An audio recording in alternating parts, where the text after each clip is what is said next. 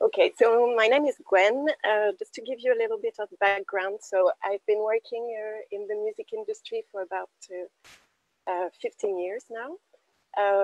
I started working as a production manager for a festival in Poland, and then did some booking, also worked as a tour manager for bands of mostly folk and world music.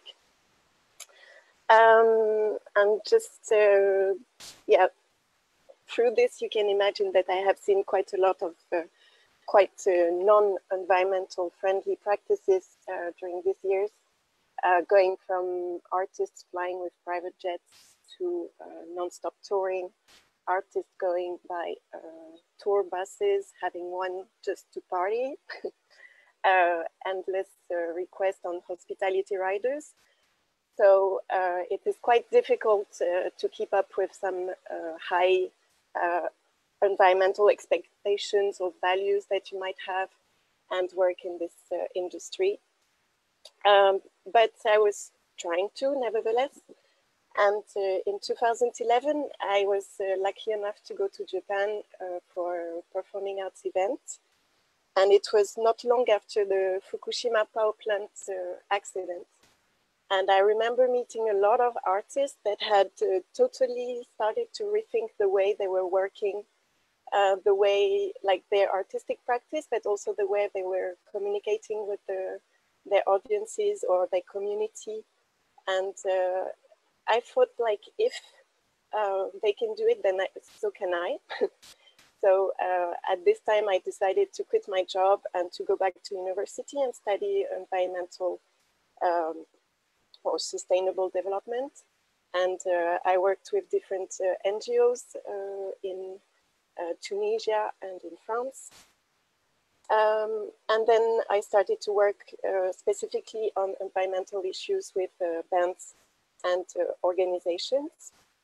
And I founded my own organization, which is called The Green Room. And that was back in 2016. We work mainly directly with artists and technicians. Our idea is really to have, I would say, tailor-made solutions that we co-create with them. Because as you could see through Julia's presentation, it's quite a complex issue. And we have a lot of,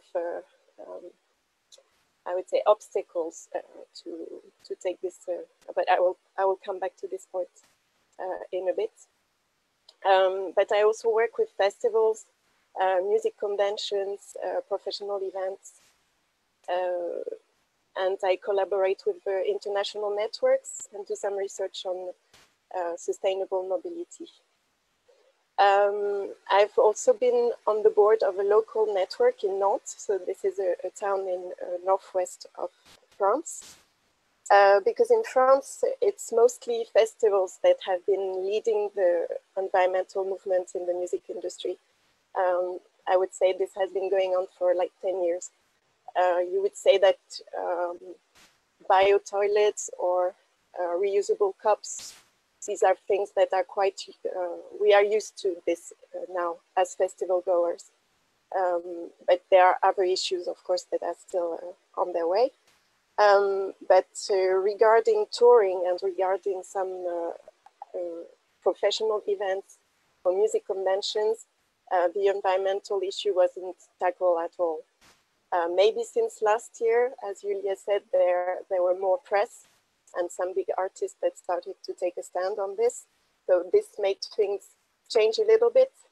But now what we can see with the COVID and the sanitary crisis, there's a lot of fear that we might not tackle this issue soon enough.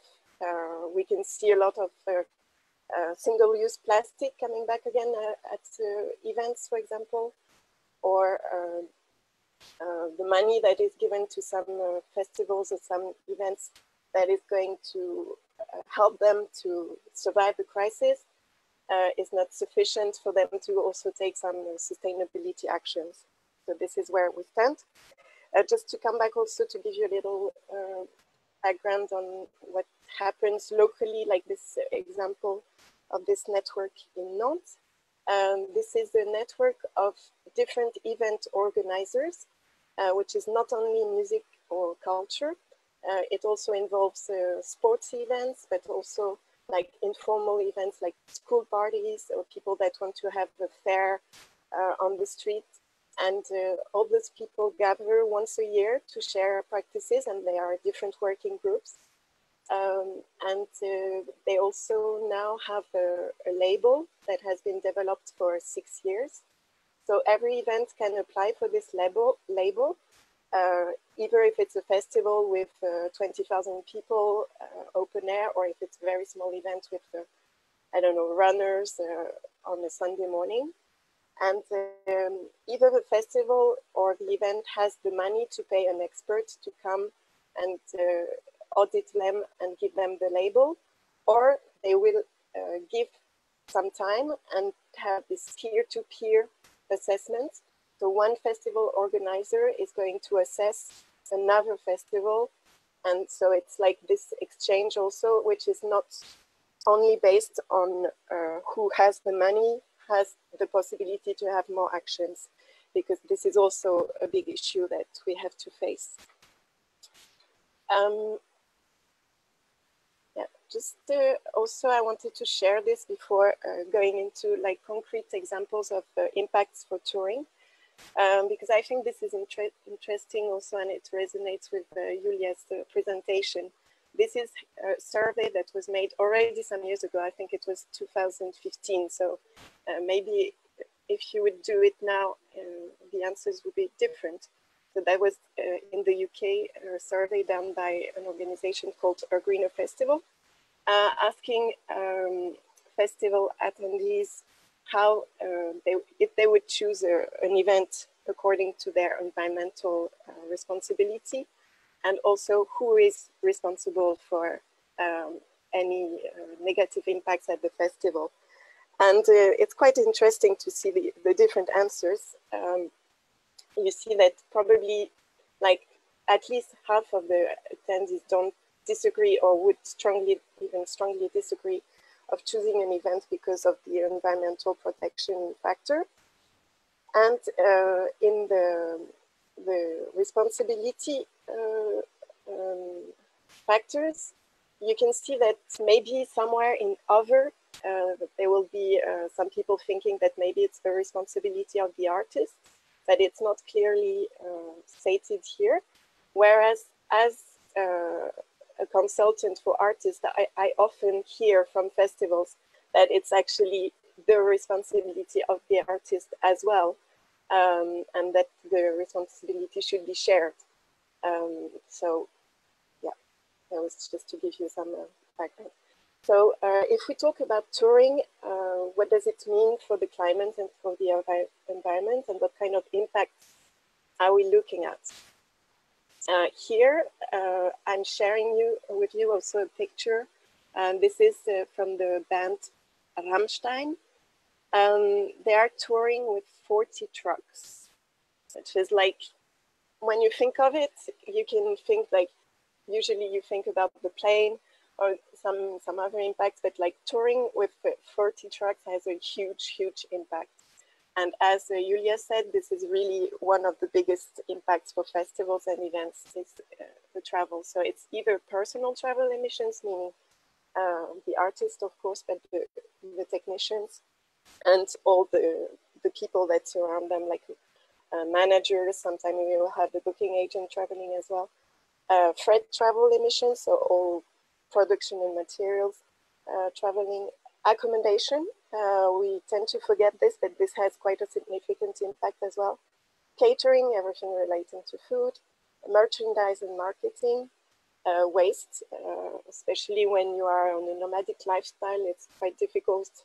If you are plastic free or even zero waste, then it's super difficult when you travel. And when you don't have the power like to decide on everything when you're on tour. Everything related to production, so energy and materials, and communication, which can also include the digital impact of the way you will promote your event, or even sharing playlists or some videos. As I said before, there are also many challenges for artists and production managers when trying to deal with the environmental aspects of touring. There's time. We'll all know that when you work in the music industry, you never have time. You're just running, you're dealing with different things, last minute urgencies. So it's very difficult to plan ahead or to react on some, I would say, environmental emergencies that can appear. You can feel very isolated also working on those issues. Have difficulties to have access to resources, training or tools, depending on where you live or the languages you speak. Because a lot of resources are available in English, but not so many in different languages. Also training, there's a lack of training on those issues and the lack of available tools for free. You have also travel constraints, saying like for some artists saying that they will stop flying. This is only possible for some of them. Because especially like in Western Europe, I would say we have the choice because we have a lot of venues that are very close to us, and you can tour by train or staying very local. It's very different when you live, I would say, in Southeastern Asia or in Africa, where you really depend also on the market of the Western world, but also that you cannot really travel without flying. The multiplicity of stakeholders. When you are a musician and you have a manager, then your manager has an agent, and then to reach to the production manager of the venue, sometimes it can take like 3 or 4 different steps, so you're not sure your information will reach properly. Availability of venues and festivals, especially when you work internationally, that's also an issue. Exclusivity clauses, when an artist cannot perform because of his contract in any other city near where he's playing, or just one festival in one country, this is very difficult then to have a sustainable tour. Prestige also, for some bands, it's very prestigious to say that you are going to tour one night in Berlin, the day after in Barcelona, and then the day after in Lisbon, and then, I don't know, just like traveling super fast. So it's not very coherent for ecological matters. And sometimes also, maybe this is more related to performing arts, but it can happen with music, like the intellectual property for sets or costumes that makes it difficult then to be reused or even recycled. And then also, I think it's very important also to have a global vision on this, because if it's only for, like the idea would be to have only local artists or just to support local acts, then what does it say about the way we consider like the music altogether? So also a matter of knowing that some people are kind of dependent on traveling and playing in Europe, for example, to make a living. That's also important. And then all the issues of visas, of course, because then if you have a visa that allows you to travel only for some amount of days, then of course you're going to make the most of it and not try to go slowly, because if you don't make money on the days that you don't work, it's kind of obvious that that's another issue. But just to be a bit more optimistic, it's also a source of a lot of opportunities. Tackling environmental issues can help raise awareness on this. You can engage your audience or community, you can engage artists. It's usually quite good also for the artist of the event reputation. I know some bands that I've been working with, they are known among the promoters. It's really cool because they don't ask for anything, they're easygoing. just because they ask on their riders not to have any plastic bottles and just local food, but they are not asking for super specific products that cost a lot. And they are usually also quite open to speaking to the local people about what they are also doing in terms of environmental issues. It's also a way you can start some partnerships, like with some NGOs or some,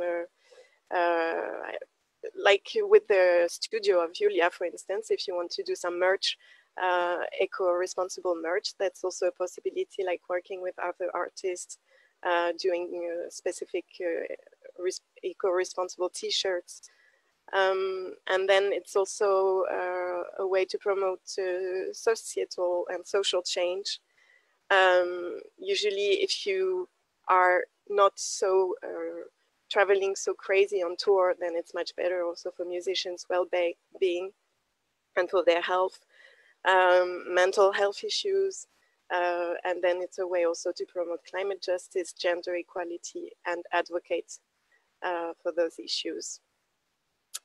Another point that is also a thing, and maybe it resonates even more now with the COVID and the shock that it has had on an international level on the live industry, that everything has to stop. But this was happening also on a smaller scale, but a lot of festivals like 2 years ago or a year ago, because of extreme weather, had to be cancelled. And then this is also like last minute decision with not necessarily insurances covering for the cancellation. So when we work on environmental issues, it's also a way to make the artists and the organizers more resilient, and to be able to have maybe another approach on things so they don't suffer from this so much.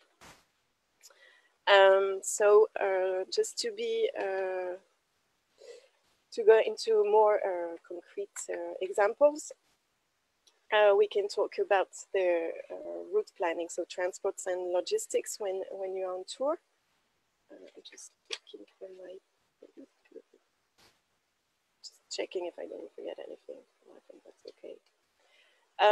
So for everything, like if I had one advice to give, is like, it's really plan ahead for everything. That's really the secret for everything. So you can plan routes using tools online, and just to be more efficient on the way you will tour, have more shows maybe and fewer tours, and try to think alternative ways, and maybe not just have only concerts, but have workshops or residencies around one project when you have to travel far away. It's also very important that you start with a common understanding, that it's not just the decision of an artist, but really like the whole team is involved. I've seen many examples where an artist is very convinced, and he's saying like, we are going to do it this way.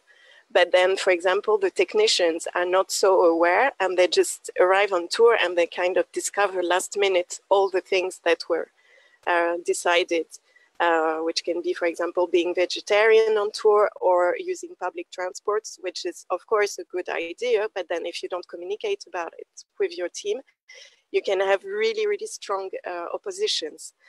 So it's really important to start with a common understanding on that, like why using public transport.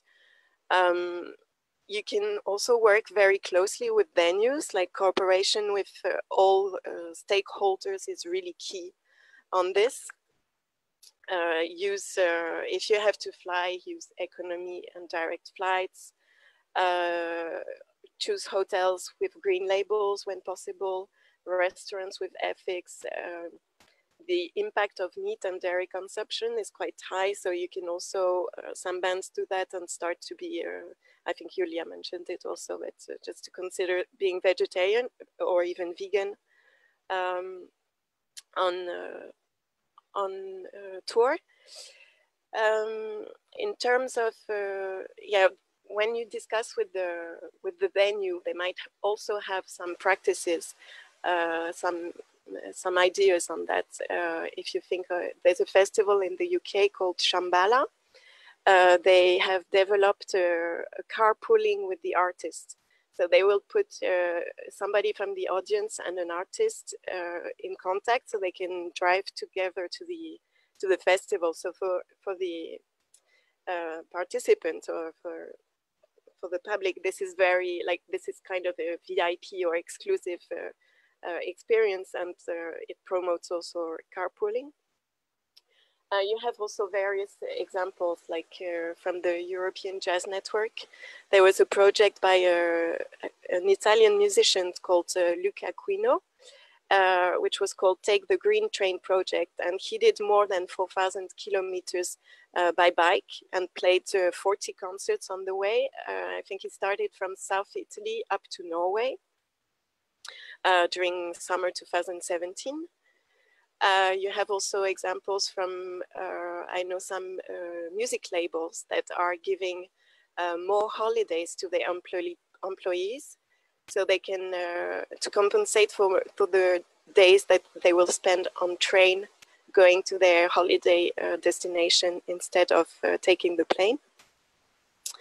You also have promoters in Sweden that will pay 10% more of the artist fee to the ones that will come by train, which is also questionable, because this is only possible for some musicians, and 10% of the fee might not be enough if you have to travel for 3 days coming from the Balkans to Sweden, for instance, with a big band and with a lot of instruments.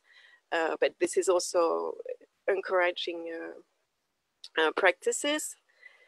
You also have festivals that start the concert on the bus, for instance, going there. So the artist is playing either on the train or the bus. So also it's a way to promote public transportation. So there are quite a few ideas, and yeah, I would just encourage you just to make your research, go and see what other people do, because this is how you get inspired and you feed yourself, and you see many things actually are being developed and are very interesting. Looking at production power and material, this is actually the Radiohead's first LED lighting set that was developed. I won't go very deep, because it's quite a complex subject, like energy production, but we can talk about it during the questions if you have specific questions on this. But for this, it's the same. You have to plan really ahead. That's why I really like to work with bands that are just starting or emerging, because then we can really eco-design the whole set since the beginning and involve also all the stakeholders, work with the technicians since the beginning, and have everything planned to be like light material. Think about having instruments that can easily be borrowed, share the backline with other bands, and also make sure that you know how much energy you need. Because usually you have to work with a technician for this, because this is not a musician job, and there are very few that know exactly how much energy they need. But the tendency is like to ask for way more energy that you need, and the festivals will also provide more energy, just because we are scared that the concert might stop just in the middle. But then if you know exactly how much energy you need and you just ask for it, then you will save a lot of CO2 emissions. It's really impressive. On a festival, you can save like at least 10% of your CO2 emissions. Yeah, so as I said, this requires quite an early planning process. But you can also work with your costumes, if you have any, like using natural dyes, sustainable organic fabrics. It's also maybe interesting to look at instruments. We tend to forget this also, but sometimes either if you have the possibility, just look for secondhand instruments, or look at where they were built and which kind of wood is used. Even for like electronic materials or LED lighting, it might be, if you don't have a lot of money, or if this would mean like you have to redo all your sets or all your lighting in your venue, it can be better just to go for a second-hand option. Now we have a lot of, in France we call this ressourcerie. I don't know what would be the exact term in English, but it's a place where like venues or artists can give away the materials they don't need anymore, and then it's redistributed for a very small price to other artists that might need them. So this is also an interesting way to mutualize and to share things. Looking at merch also, this was mentioned before, but this is also something where you can be really, really creative. This is an example of the Ocean Vinyl by Nick Mulvey. So it's in a cooperation with a brewery. It's called Sharp's Brewery, actually, but it's not my family. And it's a record made from recycled plastic, which has been washed up on Cornish beaches in the UK. And the sales from this limited edition will go to Surfers Against Sewage NGO. You also have like upgrading second-hand clothes, for instance, is a possibility. You can work with printing artists, have a collaboration, and just also I've seen some festivals asking for their fans or audiences to come with old band or old festival t-shirts, and then you have a printing artist that's going to print over this live with them. So it's also a very interesting activity to have on a festival. Same here, you have to involve all the stakeholders. I have an example, like working with a label where the artist didn't want to have, you know, this plastic you have around vinyls to protect them. So the artist wanted to have like cardboard vinyl case without this plastic. So they managed to do that. But then when the vinyl came out, it appeared that the distributors had put again this plastic around it.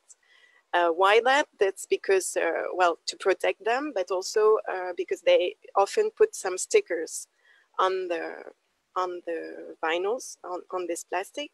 And when some collectors buy them, they don't want to have the plastic damaging the vinyl.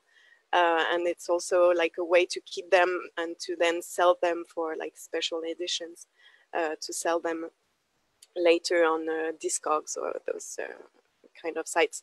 So when you don't have the whole picture, you can think that something is easy to do and it's just one decision, but then when you dig into it, you just discover that it's more, maybe more complicated than it is.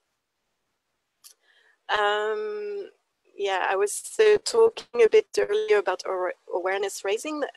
This is also a very interesting way for artists to communicate. And on the right, you have the DJ Blondish, who is a co-founder of Bye Bye Plastic Foundation.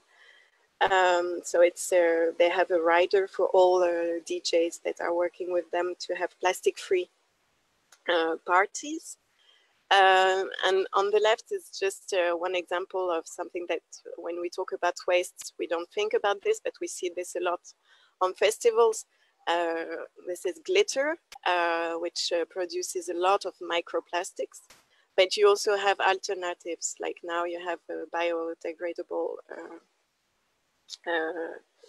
glitters. So it's like, do your research, you can find quite a lot of alternatives now. Just make sure that they are like really, like they have a real effect and that they make sense. But there are solutions to some problems, and it doesn't spoil the party or the joy of being at a festival and dressing up and looking fancy. So yeah.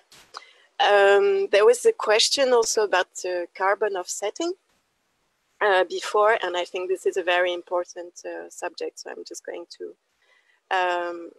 spend a little time talking about this. I would say like it's very, very important to, as Julia said, first thing is really to reduce as much as possible and just to try everything, and this comes as really last solution. It's quite a tricky subject, and you have to be really careful and prepared. So the principle is you calculate your carbon emissions, and then you decide on a price for 1 ton of CO2 emissions. So there are like different prices according to where you live or like the organizations, but it can really, like the real price for carbon emission is really quite high now. So it's difficult to make sure that the price you will pay will actually really compensate for what you have emitted. And it shouldn't be also an excuse like saying, all right, I do this event, but I plant trees, so everything is fine. Once you've done that, I think there are probably 3 possibilities. Either you will offset by choosing an offsetting provider, or as Julia said, a certified organization. But I would recommend that you really, really make your research and you make sure that the project is really socially sustainable, also that it's not like planting trees that are going to be cut in 20 years and that there are no social damages behind this. And that the price is right also, because if it's a very small price for the ton of carbon emissions, it doesn't really make sense. You can also calculate and choose a project that you know. It can be that you will support a local project or a project, if you are on tour, for example, and you go, I don't know, to Brazil, let's say, or hopefully we will be able to do that one day again. But then you can decide to support a project that you will meet there. And you can also, for instance, invite them before the concert or meet them, have them meet the band, and give them visibility on your website or on your social networks. And the third possibility, which is the one that I'm doing the most with the bands I work with, is like, let's say, insetting, meaning that you calculate the amount of money, but you reinvest the money internally. Either it will help you if you're just starting on this, then you can buy some water, stainless steel water bottles for the band, for example. It can help paying the price difference for train compared to plane on some cases. Any kind of project that you would like to have that is lowering your environmental impact internally. That's a way to do it. And I think, yeah, I think this is quite an interesting approach to things. Yeah, I will give you also a more concrete example. I will show you something we are doing lately. So if I have any tips on that, just to come back to what I said and summarize, involve all the stakeholders and ask questions to your providers, ask questions to your manager, your label, everybody, and you will discover that maybe some people are doing things already and some people have ideas. Involve your technicians if you are an artist, just make sure this is, do your research as well. Just go and see what others do. This is how I get inspired all the time. That's really, because some people, it's not, the point is not to reinvent the wheel, it's really to see if some solutions can adapt to what you do. Plan ahead again. and include the environmental dimension to everything, to all your decision process. That's also very important.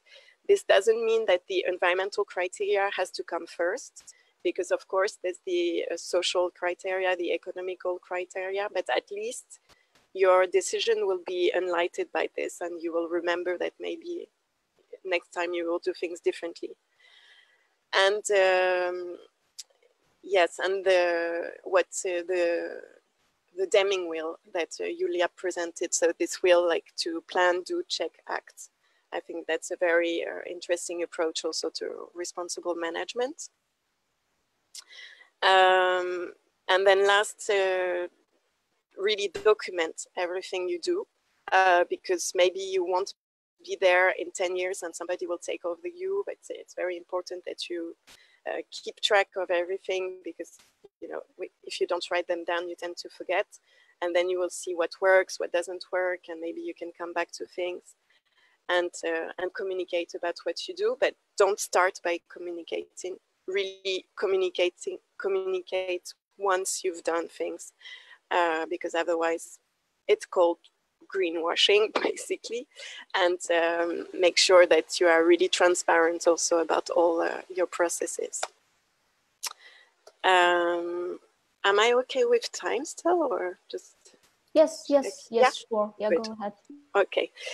So now I wanted, because that's what Alona also and what Julia was talking about a bit, but just because obviously right now we all stopped touring, we are having really less like live physical events, and doesn't mean that we are really having less impact on the environment, and that the experience is also very different, I would say. I think I'm very old school in this way, but I really miss like the physical contact with people. I miss being outside. I miss discovering artists that I wouldn't discover otherwise because I'm just at a festival. But we have to do with what we have. So obviously now we don't have the choice because of the pandemic and after the lockdown. It really came as a shock, because now it's even more obvious that the live industry is really, I mean, the music industry is really relying on live. Maybe in a certain extent on selling merch, but that's not for everyone. But like the live industry stopping like this, it just, everything collapses. But in the same time, for some years now, the digital technology has fast become an integral and I would say indispensable thing in all aspects of our lives, from creative production to programming through the way that we work, interact and engage with our audiences. And unlike other environmental impacts that were listed by Julia or by me before, like waste or physical emissions from cars, the impact of using digital technology is next to invisible. So we often have the impression that digital is less damaging than physical, but quite often it's quite the opposite. Here, I'm sharing with you, this is data from Greenpeace research called Green Click. These are numbers from 2017, so not all platforms are included, but I just extracted the ones on the left. You can see the ones that are connected to music streaming. And you can see that some, so it's A and green, obviously these are the ones that have the least environmental impact, and in red, the ones that have the biggest ones. Where you have to be careful with this also is like I think you all heard about the discussion for Zoom, for instance, that had a lot of issues with data protection, the users, and but Zoom, for instance, has quite a good score in terms of environmental impact. But then it's the matter, where do you put your priority and where is your matter? Also, on the right, you can see that actually it's changing fast, but you can see that more than half of the impact is caused by devices and data centers and manufacturing. So this means that there's the energy consumption related to streaming and to using digital tools, but the tools that you use actually, your impact will be very different if you are using an old computer that you have like repaired, or an old phone, and that you are connected on Wi-Fi at home. It will be very different if you have the latest iPhone and that you are buying a new iPhone every year and you are on 4G. So there's a really big also responsibility for the user, and this is something we tend to forget. Music streaming and live events have a quite smaller impact than video games or Netflix, but altogether, like cultural consumption on digital platforms is very high. So this is something we have to go in the direction of like being aware of this, trying to advocate for all those platforms to change their policies and the way they are conceived, and eco-design all those apps and tools. But as a user, you can also be aware of this, and I will share with you just in a few minutes a checklist that we've started to develop. But just before also, like regarding music, the paradox is like we've never paid so little money, or almost, for a whole music album for a whole history of music. Now, like these are numbers from the United States, but I think it's quite, and it's from 2017. But the price for a whole album online is even cheaper than that, like $11 for this. But in the meantime, the environmental cost of music has increased quite dramatically. The CO2 equivalents generated by consumption of recorded music have not only declined in the era of streaming, but instead they have as much as doubled, and this is going increasing like every day, I would say, almost. Yeah, so this studies shows that there's a real need for a new ethics of music consumption and need for energy and digital sobriety. And last thing I wanted to check with you, so this is really work in progress during the lockdown. With different people, we started to do a checklist because we saw that many other friends and musicians and even labels and now big companies also are doing more and more online music events and concerts. So we started to develop this checklist, and if you have, we can discuss this after, and if you have any ideas or if you want to use this also for yourself, just feel free to do it.